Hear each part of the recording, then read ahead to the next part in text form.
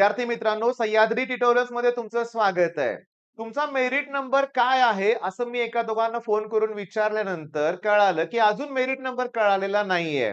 म्हणजे हा व्हिडिओ जेव्हा मी तयार करतोय, तेव्हा अजूनपर्यंत मेरिट नंबर 3 तारखेला कळणार होता, पण अजून कळालेला नाहीये. मुलं अस्वस्थ आहेत, काय मेरिट असेल, नंबर असेल. मी तुम्हाला सांगू का? इनिशियली काय होतं, की प्रत्येक एका पर्सेंटाइलला 1000 ते 2000 मुलं असतात. क्लिअरली हां. मग 97 तुमचं पर्सेंटाइल असेल, तर 6000 पर्यंत तुमची रँक येऊ शकते. अरे बापरे! 6000 काळजी करू नका. 10,000 पर्यंत जरी 15,000 पर्यंत जरी रँक असेल, तर वन ऑफ द बेस्ट चांगली रँक आहे. हां, पण जर तुम्हाला टॉपचे कॉलेज हवे असतील, तर रँक 1000 च्या आत पाहिजे बरं का लक्षात घ्या आणि 400-500 च्या आत रँक असेल ना तुमची, तर ऑब्व्हियसली तुम्हाला पाहिजे ते कॉलेज मिळेल. पण तिथं पुन्हा कॉम्पिटिशन आहेच. पण या व्हिडिओमध्ये मी बोललोय काय बघा लास्ट चान्स. म्हणजे नक्की काय प्रकार आहे? सांगतो. एस-सी-बी-सी स्टुडंटचा मुद्दा तुमच्या लक्षात आहे ना बाळांनो, की काय झालं होतं, की कास्ट व्हॅलिडिटी नव्हती मिळत. डेट संपत चालल्या होत्या. मुलं पॅनिक मोडमध्ये होती. मग आता करायचं काय? मग अशा वेळेस बऱ्याच मुलांनी ओपन मधून ॲडमिशन घेतलं बाळांनो. मग अशा मुलांसाठी हा लास्ट चान्स आहे. आता इथून पुढे 2 ते 3 दिवस. पण थांबा, मी हे थंबनेलला फोटो लावलाय. त्याच्यामागचं रिझन आहे, सांगतो.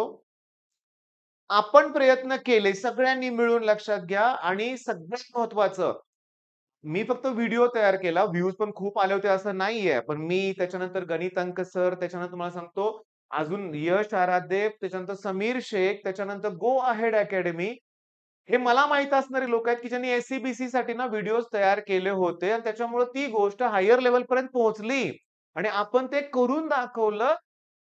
हायर अथॉरिटीना दखल घ्यावी लागली आणि मग मुख्यमंत्र्यांकडून जाहीर करण्यात आलं, की 6 महिने एक्स्ट्रा. म्हणजे हे आपलं तसं यशच होतं, हे की नाही? बरं, मग आता करायचंय काय, की आता ओपन मधून एस-सी-बी-सी मध्ये कन्व्हर्ट केलं पाहिजे मुलांनी. आणि हे करत असताना मुद्दा काय बघा, आता हे करत असताना हा जो फॅक्टर आहे तो खूप इम्पोर्टंट आहे. ग्रॅव्हियन्स. ओके. मी तुम्हाला सांगतो, तुम्ही कॅन्डिडेटचा टाइप तिथं चेंज करू शकता. आता ते अदर दॅन महाराष्ट्र स्टेट असेल, इथलाच आहे पण चुकून तिकडची एंट्री अरे खूप चुका होतात. स्पेलिंग मिस्टेक असतात. त्याच्यानंतर नावामध्ये चूक ते स्पेलिंग मिस्टेक मी सांगितलंच तुम्हाला. मार्क एंट्री करताना मुलं चुकतात. त्याच्यानंतर सांगू का? जे कास्ट सर्टिफिकेट मिळालं नव्हतं, ते तुम्हाला मिळणार आहे आता. कॅटेगरी चेंज करायची आहे आणि या सगळ्या गोष्टी ज्या ह्यात मी लिहिल्या आहेत, त्यात काय तुमच्या चुका झाल्या असतील, तर तुम्हाला त्या क्लिअर करायच्या आहेत. आता सांगू का तुम्हाला? मग ही अपॉर्च्युनिटी आहे आणि ही आपल्याला मिळालेली आहे. छान अपॉर्च्युनिटी आहे की नाही सांगा बघू? ग्रॅव्हियन्समध्ये तुम्ही तुमच्या चुका दुरुस्त करू शकताय. ओके. बरं हे मेरिट नंबर एवढे मिळतायत आपल्याला आहे की नाही? इतके मेरिट नंबर आहेत, की स्टेट जनरल मेरिट नंबर आहे, युनिव्हर्सिटी जनरल मेरिट नंबर आहे. युनिव्हर्सिटी जर कास्टमध्ये असाल, तो मेरिट नंबर वेगळा आहे. मी तुम्हाला सांगू का? हां, स्टेट जनरल मेरिट नंबरच इम्पोर्टंट आहे. मी तुम्हाला मगाशी जे आकडे सांगितले ना 1000, 500 ते स्टेट जनरल मेरिट नंबरचेच होते बरं का. म्हणजे तुम्हाला काय करायचंय, की मेरिट नंबर नुसार एक आयडिया येणार आहे रे, की आपल्याला कुठलं कॉलेज मिळू शकतंय.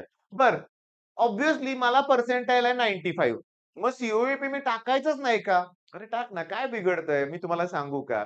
पहिला ऑप्शन कंपल्सरी आहे ना, तिथं दी बेस्टच कॉलेज पाहिजे ना आणि एक ऑप्शन फॉर्म ना काय झालाय, सगळ्यांना सी-एस हवाय, IT, ENTC, AI, data science, machine learning सगळे तिकडच चाललेत. त्यामुळे आता काय झालं, एक कॉमनच मेरिट ते ऑप्शन फॉर्म सगळ्यांचा असतो. टॉप पासून बॉटम पर्यंत. तर मी तुम्हाला सांगतो, की माझा क्रायटेरिया थोडासा वेगळा आहे. माझा क्रायटेरिया प्लस मायनस 5% वाटल्यास 10% म्हणजे तुमचं जर 85 पर्सेंटाइल असेल, सॉरी 85 च्या खाली नको 90 कडे जाऊया. जर तुमचा 90 पर्सेंटाइल असेल तुमचा स्कोर, तर तुम्ही टॉपचे कॉलेजेस घ्या रे. पण खाली तुम्ही 80% पर्यंत गेलात तरी काही हरकत नाही. कॉलेजची लिस्ट सिलेक्ट करा. त्याच्यामध्ये तुम्हाला नको आहेत ते कॉलेज रिजेक्ट करा आणि उरलेले कॉलेजेस घ्या. ॲक्चुअली ना, आपल्याला सोपं काम केलं अगोदर आपल्या सीनियर्सनी. ज्या कॉलेजचा कट ऑफ हायर आहे, ती कॉलेज बेस्टच आहेत आणि ऑलरेडी एक लिस्ट तयारच झालेली आहे.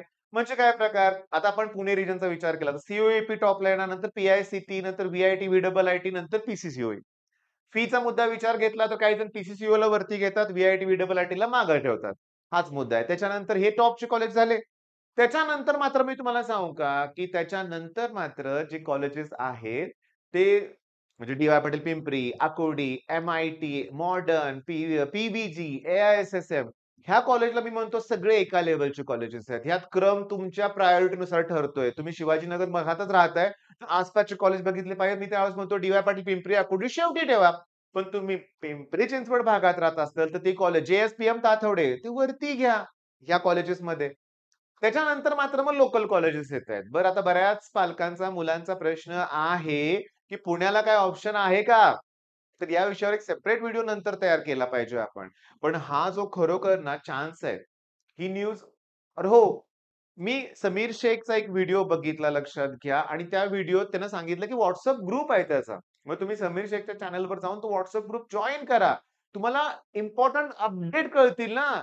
नाहीतर ना तुम्ही एकटे राहिला तर तुम्हाला कोण सांगायला घरी येणार नाहीये, की अरे ग्रीव्हन्सचा पिरियड एवढाच आहे, ही लास्ट डेट आहे, आज फॉर्म भरायचा आहे.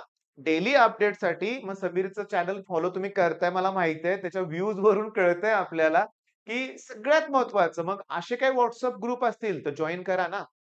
जॉइन करा. Telegram जो ग्रुप असतील ते जॉइन करा. तिथे तुम्हाला अपडेट मिळतच राहतील आणि तुमचे नवीन फ्रेंड सर्कल तयार होईल. आणि सांगू का, मग इंजिनिअरिंगच्या पहिल्या दिवशी हॉस्टेल लाईफमध्ये तुम्हाला फार वेगळं वाटणार आहे. असं घरची आठवण येणारच नाहीये लक्षात घ्या. 4 वर्ष तुम्ही एन्जॉय करणार आहात. बरं हे सगळं चाललंय ठीक आहे. पण मेरिट नंबर आता मी असं इमॅजिन करतोय, की हा व्हिडिओ रिलीज होईपर्यंत किंवा पब्लिश करेपर्यंत कदाचित मेरिट नंबर मिळाला असेल. मग जर तुमचं पर्सेंटाइल 30 आहे, 40 आहे, 60 आहे, मग मेरिट नंबर काय असणार आहे? प्रचंड मोठा मेरिट नंबर असेल. 60,000, 70, 80,000 कदाचित 1,00,000 सुद्धा मेरिट नंबर येऊ शकतो तुमचा. येऊ शकतो. मुलं आहेत तेवढी. मग अशा वेळेस मी मगाशी बोललो तसं पॅनिक मोडमध्ये जाऊ नका. Last year cut off check करा आणि हो, जे तुम्हाला पी-डी-एफ मिळतायत कॉलेजची लिस्ट, वेगवेगळ्या ब्रांचेस तिथं स्टेट जनरल मेरिट नंबर तर असतोच ना. मग तिथे एक जनरली तुम्हाला आयडिया मिळून जाईल. तुम्हाला ना लक्षात घ्या, मला फिक्स नंबर माहीत नाहीये. पण समजा 1,80,000 फॉर एक्झाम्पल एवढ्या इंजिनिअरिंगच्या सीट्स असतील 1,80,000 तर 1,50,000च भरल्या जातायत. 30-40,000 जागा शिल्लक राहतायत लक्षात घ्या. पण या शिल्लक राहिलेल्यामध्ये मला नाही वाटत CS, IT, AI, data science काय राहत असेल म्हणून. मेकॅनिकल इंजिनिअरिंग, सिव्हिल, इलेक्ट्रिकल या जागा शिल्लक राहत असतील. पण कसं आहे माहितीये का? याचा अर्थ प्रत्येकाला ऍडमिशन मिळणार आहे. तुम्ही तुमच्या कट ऑफ नुसार ब्रांच तुम्ही जे डिसिजन घेतलं असेल त्यानुसार तुम्हाला मिळणार आहे. आणि त्याचबरोबर मला आणखीन एक सांगायचं काही प्रायव्हेट युनिव्हर्सिटीज बरं का. आता मी तुम्हाला सांगतो. LPU नावाची एक युनिव्हर्सिटी आहे. नॅशनल युनिव्हर्सिटी बरोबर आहे ना? बरं ही सध्या चर्चेत का आहे? मी तुम्हाला सांगतो एक यूट्यूबर आहे. त्याच्या चॅनलचं नाव मला पटकन आठवत नाहीये. तर त्या यूट्यूबरनं स्टिंग ऑपरेशन केलं.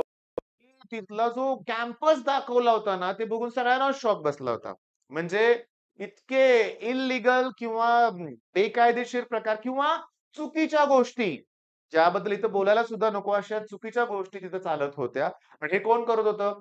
त्याच जी काही युनिव्हर्सिटी आहे तिथंच होस्टेल राहणाऱ्या मुली असतील, मुलं असतील ह्यांच्याकडून ते सगळे चुकीचे प्रकार होत होते. ते स्टिंग ऑपरेशन करून त्यांना प्रूव्ह करून दाखवलं होतं. झाली त्याच्यावरच कारवाई तिथल्या लोकांकडून म्हणूया आपण. पण मुद्दा असा आहे, मग या प्रायव्हेट युनिव्हर्सिटीला जर घेणार असाल, महाराष्ट्राच्या बाहेर तुम्ही जाणार असाल, तर तिथं काही चांगल्या युनिव्हर्सिटी आहेत. घेतलं तर काही हरकत नाही. गुजरातमध्ये असतील, मध्य प्रदेशमध्ये असतील, पंजाबमध्ये असतील. पण सगळ्यात महत्त्वाचं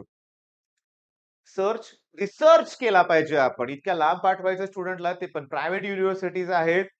प्लेसमेंट किंवा तिथं डिग्री किंवा बऱ्याचशा गोष्टी तुम्हाला डिग्री कुठली मिळणार हे पण इम्पोर्टंट आहे. इव्हन पुण्यात सुद्धा ज्या रेप्युटेड इन्स्टिट्यूट आहेत, त्यांनी स्वतःचे वेगळे युनिव्हर्सिटी टाइप किंवा ऑटोनॉमस हे असं केलेलं आहे आणि तिथं तुम्हाला ते सीएस देतायत विथआऊट डोनेशन. याची पण चौकशी केली पाहिजे. बघा आयुष्यातला महत्त्वाचा डिसिजन आपण आता घेणार आहे. मग थोडा रिसर्च केला म्हणून काय बिघडतंय? वेळ काढला पाहिजे मुलांनी. हां, जाऊन तिथं सीनियर्सना भेटणं, एकाच सीनियरला भेटून त्यानं सांगितलं, की "बास झालं ओके." शिक्कामोर्तब करायचं नाही. बऱ्याच लोकांना भेटून मग डिसिजन घ्यायचं. ठीक आहे, मग आता ह्या 2-3 दिवस जो तुम्हाला ग्रॅव्हियन्स पिरियड जो मिळेल, त्यात तुम्ही ते चेंजेस करून घ्या. All the best.